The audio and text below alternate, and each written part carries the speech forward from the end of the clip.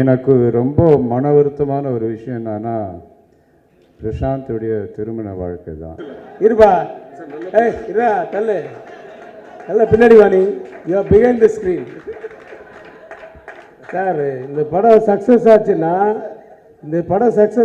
தான் அது அப்படின்னு சொன்னார் என்கிட்ட. நான் கேட்டேன் ஷூட்டிங் டயத்தில், எப்போ சார் பிரசாந்துக்கு கல்யாணம்னு. சொல்லுங்க சார், படம் சக்ஸஸ் ஆயிடுச்சுல்ல?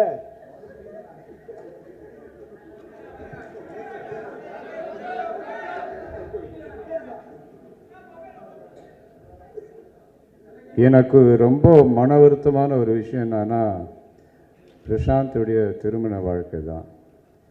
அது டெய்லி அவங்க அம்மாவாக இருக்கட்டும், நானாக இருக்கட்டும், அது யோசிக்காத நேரம் இல்லை, நாள் இல்லை. இது அலைன்ஸ் சீரியஸாக தேடிட்டு தான் இருக்காங்க. ஒரு நல்ல குடும்பப்பாங்கான ஒரு நல்ல ப்ளசண்ட்டான ஒரு பொண்ணை தேடிட்டு இருக்காங்க அம்மா. வெகு விரைவில் இப்போது இந்த படத்துக்கு அப்புறம் பட வேலைகள்லாம் நிறுத்திட்டு பிரசாந்துக்கு பொண்ணு தேடி கல்யாணம் பண்ணுறது தான் என்னுடைய வேலை. சார், என்னை மறுபடியும் ரிமைண்ட் பண்ணதுக்கு ரொம்ப தேங்க்ஸ். கண்டிப்பாக பண்ணிடுறேன் சார். என்ன, நான் இங்கே இருக்கேன்னா அவங்க அங்கே இருப்பாங்க, நான் ட்ராலி கூட போவேன். ஆனால் நான் இப்படி கை இப்படி நிறுத்திட்டு அதே மாதிரி பேசுவாங்க. நான் கை நிறுத்திட்டு அவங்களும் அதே மாதிரி கை நிறுத்திட்டு சார் அப்படின்னு. இல்லை நான் டைலாக் மறந்துட்டேன், கட்.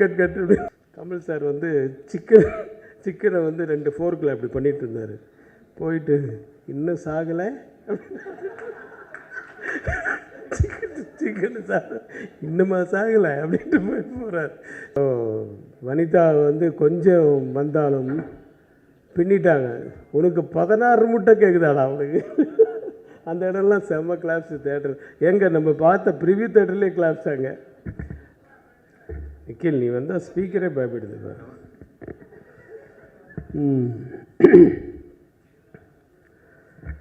அனைவருக்கும் வணக்கம்.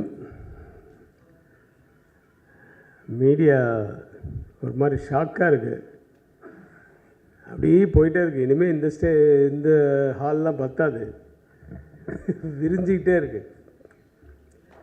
ரொம்ப நன்றி. மீடியா இவ்வளோ பெருசாக வந்திருக்குன்னு பார்க்கும்போதே படத்தினுடைய வெற்றி தெரியுது. இந்த காலத்தில் படம் எடுப்பது ரொம்ப கஷ்டம் அப்படின்லாம் சொல்ல. இப்போ படம் எடுக்கிறது ரொம்ப ஈஸி, அதை திரையிடுறது ரொம்ப கஷ்டம். வெளிவந்தால் ஓடுறது அதை விட கஷ்டம். ஒரு நல்லா இருக்கிற படத்துக்கு கூட தேட்டருக்கு ஜனங்கள் வர்றதில்லை. நல்லா இருக்குதுன்னு சொல்லுவாங்க. ஆனால் பார்க்கலையா அந்த படம் நல்லா இருக்குன்னா, அது ஓடிடியில் வந்தால் பார்த்துக்கலாமா, அது என்னது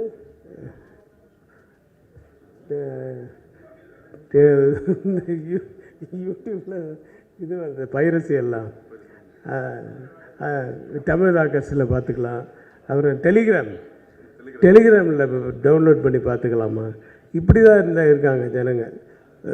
இல்லை பெரிய ஹீரோஸ் அப்படின்னா அவங்களுடைய ஹீரோஸ் அப்படிங்கிறதுக்காக அதை போய் பார்த்து என்ஜாய் பண்ணுறதுக்கு அதுக்காக போகிறது.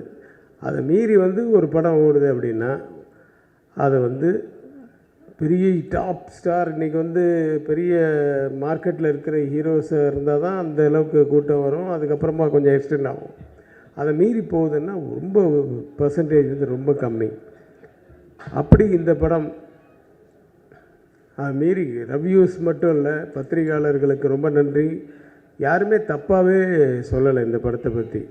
எல்லா ரிவ்யூஸும் பார்த்தேன், ஆல்மோஸ்ட் எல்லாம் நல்லா சொல்லியிருந்தாங்க. அதை மீறி இந்த படம் நல்லா வெற்றி சொல்லப்படுது. இப்போ சிம்ரன் அவங்க ஹஸ்பண்டை நேற்று நைட்டு தான் பிவிஆரில் படம் பார்த்தாங்கன்னு சொன்னாங்க.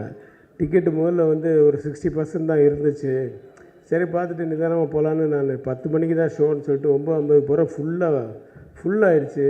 2 சீட்டு தான் வேக்கன்சி இருந்தது. அது என்னன்னு பார்த்தா அது அந்த மாற்றுத்திறனாளிகள் சீட்டாம், அதுதான் வேக்கண்ட்டாக இருந்ததுன்னு. ஸோ ஒரு தேர்ஸ்டே நைட் ஷோ 8:30 ஷோவா பிவிஆர். ஸோ அதெல்லாம் தட் இஸ் மிகப்பெரிய வெற்றி படம் தான் அது. அதனால் சக்ஸஸ் மீட்டு கொண்டாடுறது நியாயமான வெற்றி. என்ன நிறைய பேர் தட் இஸ் வெரி இம்பார்ட்டண்ட். ஏன்னா நான் கூட இட்லிஸ்ட்டுக்கு வந்து சக்ஸஸ் மீட் கொண்டாடலான்னு நினச்சேன். நான் அது பொய்ன்னு தெரிஞ்சிடும். அதனால் இது வந்து அது மாதிரிலாம் தெரியாது. உண்மையான வெற்றின்றது எல்லாருக்கும் தெரியும். ரொம்ப சந்தோஷமாக இருக்குது. அப்படி ஒரு வெற்றி சந்திப்பில் என்னையும் அழைத்ததற்கு நன்றி சார், தியாகராஜன் சார். நான் என்னோடய ஆஃபீஸில் வந்து concentration is the only secret of சக்ஸஸ்ன்னு ஒரு போர்டு எழுதி வச்சுருப்பேன். அது எதுவாக இருந்தாலும். ஸோ அதுதான் இங்கே வெற்றி பெற்றிருக்கு. தியாகராஜன் சார் வந்து இப்போ பார்க்குற தியாகராஜன் சாரில் செட்டில் இருக்கும்போது அவர் சிரிப்பே வேறு மாதிரி இருக்கும். சிரிப்பார் நம்மளை பார்த்த உடனே. ஆனால் உள்ளுக்குள்ளே மைண்டில் வந்து அடுத்த ஷாட் என்ன, இந்த ஆர்டிஸ்ட் வந்துட்டாங்களா, அந்த ஆர்டிஸ்ட் எப்போ அனுப்பணும், இவங்க அது இல்லாமல் இது இவங்களுக்கு செட்டில் பண்ணியாச்சா, அவங்களுக்கு எவ்வளோ கொடுக்கணும், அடுத்தது இந்த செட்டு ரெடி ஆகிடுச்சா, காஸ்டியூம்ஸ் ரெடி ஆகிடுச்சா, இதெல்லாம் மைண்டில் ஓடிட்டுருக்கோம் ஒரு டைரக்டருக்கு. இதை மீறி ஒரு சிரிப்பு சிரிக்கும்போது எப்படி உண்மையாக சிரிக்க முடியாது இல்லையா? அப்படி தான் இருப்பார். ஸோ கான்சன்ட்ரேஷன் வந்து ஃபுல்லாக அந்த டைரெக்ஷனில் இருக்கும். ஸோ ஒவ்வொரு ஷார்ட்லேயுமே வந்து அது வந்து நல்லா இருந்தால் வந்து உடனே அப்ரிஷியேட் பண்ணுவார். Super sir, super sir, sir வேணா ஒன்று மோர் எடுத்துக்கலாம், இல்லை இல்லை இல்லை ரொம்ப நல்லா இருந்தது அப்படின்வார். அப்புறம் குறை இருந்ததுன்னா இல்லை ஒன் மோர் சார் அப்படின்வார். அதெல்லாம் யார் அப்படின்லாம் பார்க்க மாட்டார். மற்றபடி என்ன மாதிரியெல்லாம் அவர் சத்தமெல்லாம் போட மாட்டார் செட்டில். ரொம்ப சாஃப்ட்டு தான், வந்து சைலண்டாக. ஆனால் அவர் வரும்போது டக்குன்னு நாங்கள் எல்லோரும் பேசியிருந்தா கூட சைலண்ட் ஆகிடுவோம். முக்கியமாக பிரசாந்த் சைலண்ட் ஆகிடுவார். அதனால் வந்து அங்கே வந்து அவர் டைரக்டராக தான் பார்ப்பார். ஸோ அப்படி அந்த கான்சன்ட்ரேஷன் பிரசாந்த் கூட அந்த நடிப்புலலாம் வந்து ஆக்சுவலாக நானும் என் ஒய்ஃபும் வந்து இந்த படம் பார்த்தோம்.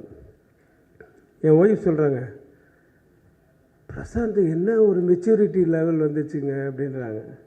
தட் இட்ஸ் அதாவது அப்போ யூத்தில் வந்து எல்லாருக்குமே எல்லாமே தெரியுன்றது அர்த்தம் இல்லையே. ஸோ அந்த கண்ணு தெரியாத நடிக்கிறது வந்து முதல்லையே உண்மையாக இருக்கணும். ஆனால் அதுக்கப்புறம் அது பொய். அது தெரிஞ்சதுக்கப்புறமா ஒரு பெர்ஃபார்மன்ஸ் இருக்குது. கண்ணு தெரியாத மாதிரி நடிக்கணும், பட் ஆடியன்ஸுக்கு தெரியும் கண்ணு தெரியாது தெரியும் அப்படின்ட்டு. அது அப்புறம் உண்மையாகவே கண்ணு போனதுக்கப்புறம் எப்படி நடிக்கணும், எவ்வளோ விஷயங்கள் அந்த இதெல்லாமே வந்து கொஞ்சம் ஒரு லெவல் மேலே போச்சுனாவே ஓவர் ஆக்டிங் ஆகிடும். ரொம்ப டவுனாகவும் போகக்கூடாது. அந்த மீட்ரு வந்து அழகாக மெயின்டைன் பண்ணியிருந்தார். பிரசாந்துக்கு என்னுடைய வாழ்த்துக்கள்.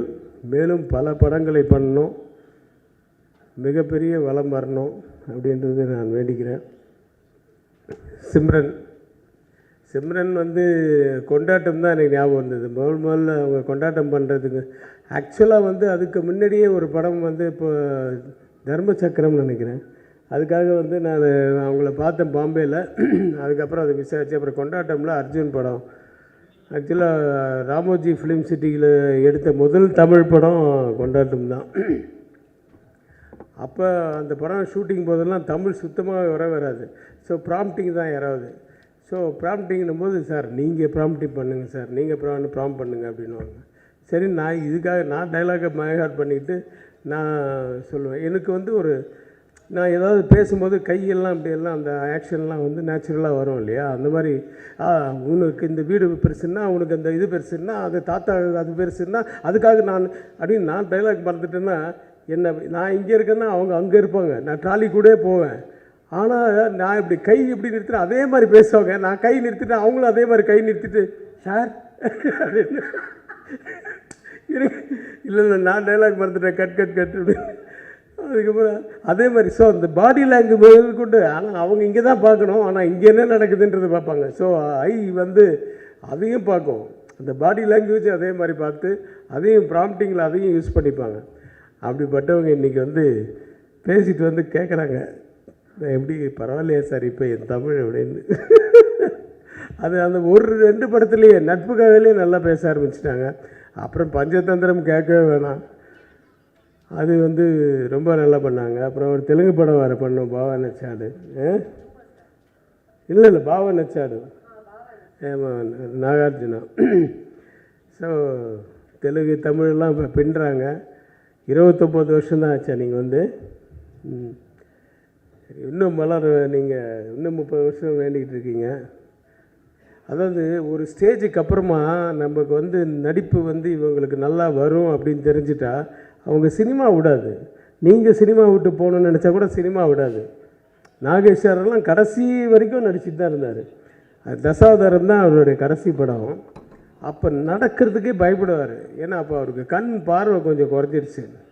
அதனால தான் கொஞ்சம் ஸ்லோவாக ஆகிட்டாரே தவிர மற்றபடி டைலாக் டெலிவரி அது இதெல்லாம் வந்து அப்பவும் தசாவதாரத்தில் ஒரு பெரிய இது என்னென்ன எல்லாம் நானும் கமல் சார் எல்லாம் லைனாக உட்காந்து சாப்பிட்டுருக்கோம் டேபிளில். அவர் வெஜிடேரியன், அதெல்லாம் கை கழுவிட்டு இப்படி போனார். கமல் சார் வந்து சிக்கனை வந்து 2 ஃபோர்க்கில் அப்படி பண்ணிகிட்டு இருந்தார். போயிட்டு இன்னும் சாகலை சிக்கன் இன்னுமா சாகலை அப்படின்ட்டு போகிறார். ஸோ அந்த வயசுலேயும் அப்போது வந்து அந்த ஜோக்கு அதெல்லாம் மறக்க முடியாது. ஸோ சினிமா நம்மளை விடாது, நீங்கள் கவலையப்படாதீங்க. நம்ம இருக்கிற வரைக்கும் சினிமா நம்மளை விடாது. நானும் அந்த கேட்டகரி தான் நினைக்கிறேன், பார்ப்போம். நான் விட மாட்டேன். ஆனால் சினிமாவை வனிதா, நீ பாராட்டின பாராட்டுக்கு உங்கள் அம்மாவாக இருந்தால் இந்நேரம் உங்கள் கழுத்தில் இருந்த செயினை எடுத்து பிரசாந்துக்கு போட்டுட்டு போயிருப்பாங்க. அப்படிப்பட்டவங்க அவங்க. மஞ்சிகா வந்து எப்பவுமே ஏதாவது ரொம்ப சந்தோஷம் வந்துருச்சுன்னா அவங்க போட்டிருக்க செயின் வளையல் இது மாதிரி ஏதாவது என்ன இருக்கோ கோல்டு தான் எல்லாமே. ஆனால் எல்லாத்தையும் அப்படியே கொடுத்துட்டு போயிடுவாங்க. அது மாதிரி செயின் வாங்கின ஆர்டிஸ்ட்லாம் நிறைய பேர் இருக்காங்க, நிறைய ஹீரோஸ், அவங்களுக்கு தெரியும். ஸோ வனிதா வந்து கொஞ்சம் வந்தாலும் பின்னிட்டாங்க. உனக்கு 16 முட்டை கேட்குதாடா அவனுக்கு. அந்த இடம்லாம் செம்ம கிளாப்ஸ் தேட்டர். எங்கே நம்ம பார்த்த ப்ரிவியூ தேட்டர்லேயே கிளாப்ஸாங்க. ஸோ ஹீரோயின் அவங்களோட நான் படம் பண்ணணும். ஏன்னா நிஜமாக அவங்களுடைய பெர்ஃபார்மன்ஸ் எல்லாம் நான் நிறைய படம் பார்த்துருக்கேன். ரொம்ப ஒரு மாதிரி ரியாலிட்டியோட இருக்கும். நல்ல வளரக்கூடிய ஒரு ஹீரோயின். அந்த லிஸ்ட்டில் வாங்க. எல்லோரும் பெசன்ட் ரவியிலேருந்து எல்லாருக்கும் என்னுடைய வாழ்த்துக்கள். தியாகராஜன் சாருக்கு எவ்வளோ நன்றி சொன்னாலும் பத்தாது. ஆக்சுவலாக அவர் வந்து பிகினிங்கில் வந்து அவர் இந்த வில்லனாலாம் நடிச்சிருக்கார் நிறைய படம். அதெல்லாம் பார்த்துட்டு அவர் கூப்பிட்டவுடனே சரி இவர் நம்மளை மாதிரி கத்துவாரா, எப்படி இருப்பார் அப்படின்லாம் நடிச்சிட்டு தான் நான் போனேன். ஆனால் அப்படியே ஸ்ட்ரெயிட் ஆப்போசிட், ரொம்ப கூல் அண்ட் ரொம்ப பொலைட்டு அவர். ஆனால் அந்த வாக்குலேருந்து அந்த இதுலேருந்து அந்த ஒரு சொஃபஸ்டிகேஷன் அது தெரியும். அந்த ஃபாரின் ரிட்டர்ன் மாதிரியே இருக்கும் அவருடைய பாடி லாங்குவேஜ் எல்லாமே. ஸோ ஒரு இனிமையான ஒரு படத்தை ஆரம்பித்து கொஞ்சம் டிலே ஆனாலும் லேட்டாக இருந்தாலும் கரெக்டான வர இடத்துல வர வேண்டிய நேரத்தில் வந்து அது வெற்றி பெற்றதுக்கு